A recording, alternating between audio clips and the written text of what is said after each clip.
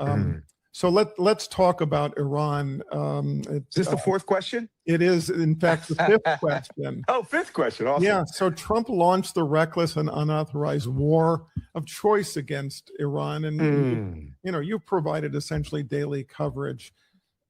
A few-part question: how big a deal is this war, and how great a foreign policy blunder is it, and how destructive is it for the long-term interests of the United States?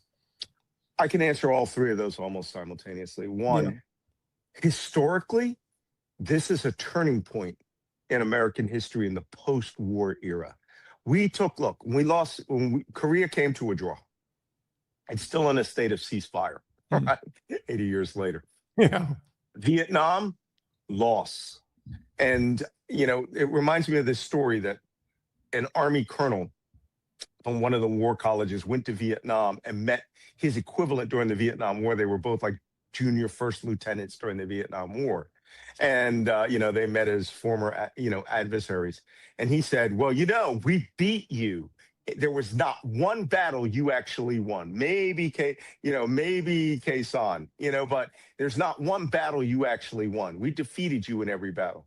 And the Vietnamese colonel says, well, that's irrelevant. We won the war. Right? The Afghans can say that right now. It's irrelevant. You you gave us the country, so this war won the war. This war is historic because Iran has won the war as the third asymmetric war that we've fought since the end of World War II. When I say asymmetric, I'm saying that America's strengths were its greatest weaknesses. Our enemy's simplicity defeated us because we relied on our technology and our strength.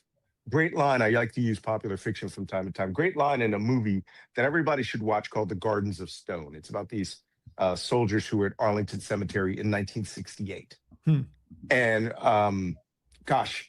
who's the actor? James Caan is a rough and tumble sergeant major who comes back, and he is the sergeant major of the honor guard, along with James Earl Jones. All right, now put those two guys in the same picture. And one of the young soldiers gets in a debate with him. This guy's trying to train them to go to Vietnam because the honor guard does rotate to Vietnam. And one of the soldiers is disagreeing with him in a bar, and he says, listen, they can't beat us. They're fighting us F-4 Phantoms with bows and arrows. James Caan goes, how do you defeat an enemy that will fight an F-4 Phantom with bows and arrows? That is Iran in a nutshell. Yeah. They didn't look, we sank their silly ass Navy. I fought their Navy in 1988, almost got killed by them, right? They lost a missile duel that they were in with my ship. Well, after all, the Ukrainians have been proving that drones, very inexpensive drones can accomplish enormous things. Something that the U.S. military has not been prepared for. A nation with no navy sank all of the ships of an opposing navy. How do you do that? That's asymmetric warfare. How destructive for the long-term interests of the United States? Insanely destructive, because what they've done is they have revealed every weakness America has now. We have determined that all of our bases in the Middle East are worthless. Worthless. They hit every base in the Persian Gulf that we had. Every base took hits. They destroyed a base I lived on for almost a year in Bahrain. The U.S. Central Command, Navy, U.S. NAV sent forward, which back in the old days was Commander Middle Eastward. Leveled it. They destroyed the Baskin Robbins, so we're never going back. On the other hand, America has hit them with every weapon system we had in our inventory. Do you know that? Yeah. The only thing we haven't hit around with was an atomic bomb. Yeah. That's it. We hit every weapon in every quantity we would want or like to use. We also used every advanced weapon system we would need for a war with an actual near-peer adversary, which is called China, not Russia. Russia's a third-rate country. We could beat them with the Boy Scouts. China, with all of their thousands of radars, we needed that 1,000 stealth cruise missiles we fired at a country that had no radars after the first day, just because it was cool. Yeah. Right? We wasted the core of America's fighting strength. And now China looks at it. Iran was dug into mountains. And now Iran, when they get all this money, they're not going to buy new jets. Not going to buy any jets. They're going to buy more surface-to-air missiles that can be fired from inside a mountain for that track heat, not require radars. No and more radar. They understood what Trump had been warned about, and every other president been warned about. If you block the Strait of Hormuz, there are profound economic consequences. Well, they now, and they're continuing to prove that. Well, they've created a strategic choke point in which it's like putting your thumb on your carotid artery, but only 20%.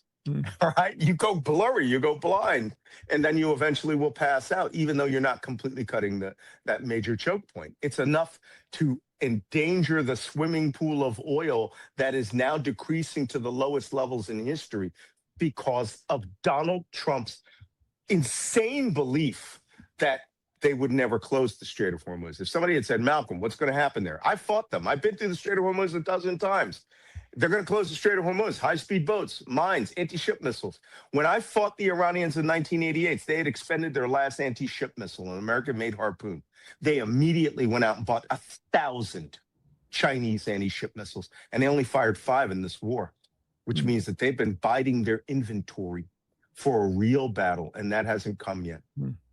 So you are leading me right into the 6th question. Is repair possible? Donald Trump is gone. The regime is out of power, not only to rebuild needed security operations and military operations, but also just as important, rebuilding trust globally. Can our historic allies ever trust the U.S. again? Yes, but it's going to take an exceptional change. I mean, MAGA itself as a force will have to be rejected and humiliated. All of those people who are sycophants, who are enabling Trump, must be held to account. And this time account doesn't mean, oh, we're going to put a couple in jail and let the leadership off. The Republican leadership, we're going to we catch every one of them that did inside trading. Every person that made $1 off this government, they need to go and get that money back, right? Trump's family needs to be stripped of all of its money. Waste, fraud, and abuse that was done at the direction of the president must be held accountable, and their personal fortunes must be jimmied for that. As far as I'm concerned, Ivanka, Don Jr., Eric, they need to quietly board a plane to Abu Dhabi and exile themselves and never come back. By the way, full disclosure, I lived in Abu Dhabi for 10 years. This time of year, you do not want to be in Abu Dhabi, right? The 105 degrees in the shade. Accountability is top of the list. That's no question. But this requires what I call FDJFK. We need a Franklin Delano John F. Kennedy to come in one person, in one package, who will say, I'm going to restore America at a level, Roosevelt-like, right? I'm going to create systems, processes for the little guy in America. You're going to social America, social services, everybody's getting it. First thing I would do is President Malcolm Nance, I would lower the retirement age to 64. Boom, right? All of you get your money. Go retire. Go do something nice. Go to the gardening store. All of our children will eat for free. No American will be on the streets and starve again. People with mental health will get their mental health treatment. You have already tried what it's like to be an evil, mean-spirited, stingy bastard America. And it sucks. And not one of you is a Christian. Jesus Christ, his actual meanings, right, will be front and center here. Right? The same Jesus that's in the Quran, right? The same Jesus that was a Jewish carpenter from Nazareth, right? A Jewish rabbi. Everybody will agree with this. You will be good. Sesame Street will be elevated back to the pinnacle of television. Public television will be 100% United States funded, and by statute cannot have its money removed. Every vestige of Donald Trump will be removed. You're suggesting that the lesson of these Trump years might actually be learned by the American people, that the price that they've paid for refusing or being unable to recognize what we were at risk of experiencing if that guy got back in power. Now they've seen it. Now they're living through it. Now they're facing the consequences of it. Maybe Americans will be ready to do something different. Yeah, I hope so. I mean, but it's going to take an FDJFK, right? Yeah. If that's Gavin Newsom, and I've heard Gavin Newsom speak up pretty strongly, this is a chance. This, I'm sorry to say it, this is a once in a 150-year chance Yeah. for somebody to embody all that is good, the best of every president of the United States. And here's the key component. You cannot feel that you cannot say things plainly, right? Because the phrase that I have been saying every time I got on television, back before when I left MSNBC, when I now speak out at these forums, I always say this: what is wrong with you? What's wrong with you? Why are you so evil and hateful and stingy and un-American? And they go, well, I'm American, I'm a patriot. I go, no, you're a rat bastard. You're a rat bastard, and you should be kicked out of this country. You should be in Russia. You love the KGB director so much. Whoever speaks like this and says, I'm restoring America, you can come along with us. If you want to call us socialist commie America, here's one thing those guys never learned. The most socialist organization / communist organization in America is the armed forces of the United States. Okay. Yeah. And you love the military, full-scale socialism. You love your fire department, full-scale socialism. You love your streets being made, full-scale socialism. You're an idiot. Learn what America is, right? Learn to love America of all Americans. Otherwise, you get out. It was not intended to be the white paradise that the Ku Klux Klan always wanted it to be. And we're this close to the third revival of the Klan. So just one last question here is: Sure. Is it your view that that the 2026 midterms, 129 days from now, starts the change you're talking about? I mean, Absolutely. Obviously the need for an overwhelming defeat of the Republicans is clear, but I mean, we talk about 2028, and another time we'll talk about, you know, possibilities of who that person is. But it does seem to me that if we don't get through the midterms, then what you're envisioning ain't going to happen.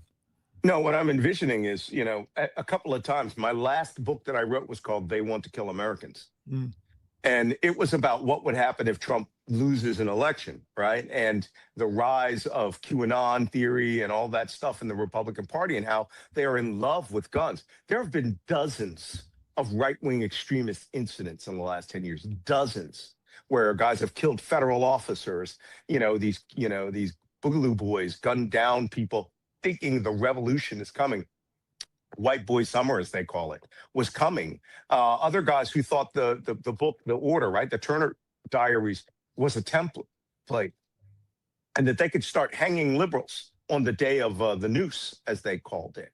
This was becoming a reality. It's becoming a real reality. And if Trump cheats or patently just says we're not going to do this election, or just say, I'm in charge, that's it, America can go to revolution.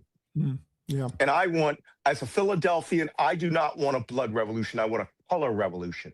A color revolution is a popular uprising from the streets up, in which the vestiges of power are pushed out through, opprobrium and shame, right? And are pushed out.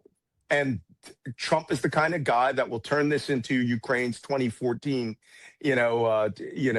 orange revolution, where he'll call out the Berkut and start mass murdering citizens. And I think he is cornered into that because to him, it's all about his historical place in history. And I think this time we're going to have some exciting months ahead of us. Oh my God, I hope not. Let's try to keep our cool as much as we can and be ready. Yeah. It's going to ask. I think it's going to ask a lot of us, a lot of everyone, to pay attention, not look away, and recognize the responsibilities to America. If you're interested in the survival of the democracy, that's you're warning us to be ready for it. So